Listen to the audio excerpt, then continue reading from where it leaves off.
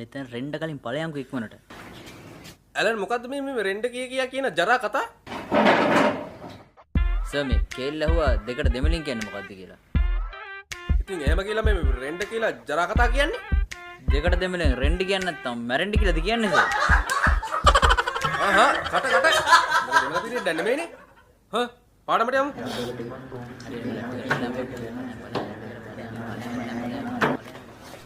කේල් මොකද තර කසුකුසුව නැගිටිනවා? නෑ සර් උඩට අද උදේ ලොකු ප්‍රශ්නයක් වෙන්න ගිහලා 99 බේරලා අවිල්ල ඉන්නේ. මොකද්ද? මාර සීන් එක සර්. අද උදේ මං එළියට බහිද්දි මිනිස්සු 5 දෙනෙක් කඩුපොළු අරගෙන මගේ ළඟින් ගියානේ. ඉතින් සර්ට කියන්න සර් ඒ මිනිහා මහා පහ කරගෙන අඩි දෙකක් ගියේ නෑ. කකුල පැටලලා බිම වැටුණා. ඊට පස්සේ සර්ට කියන්න සර් එතකොට මමත් එතනට ආවා. මම ඇහුවා ඇයි ඕක දිහා බලාගෙන ඉන්නේ අපිට ඕව අදාළ නැති වැඩ. අපි අපේ ඉගෙනීම් වැඩ ටික බලන්න වෙලාවට ඉස්කෝලේට යන්න ඕනේ. නැත්තම් සුමනි සීසර්ගෙන් බැනුම් අහන්න වෙනවනේ කියලා. මං ගැන පොඩි බයකුත් තියෙනවා එහෙනම්. ඊට පස්සේ මොකද උනේ? එහෙම කියනකොටම පිහියක් අතේ තියන් හිටපු මිනිස්සයා අපේ දිහා බලලා ඔරවලා අපේ පැත්තට දුවගෙන ආවනේ. එතකම් උඹලා මොකද කරේ යන්නේ නැතුව?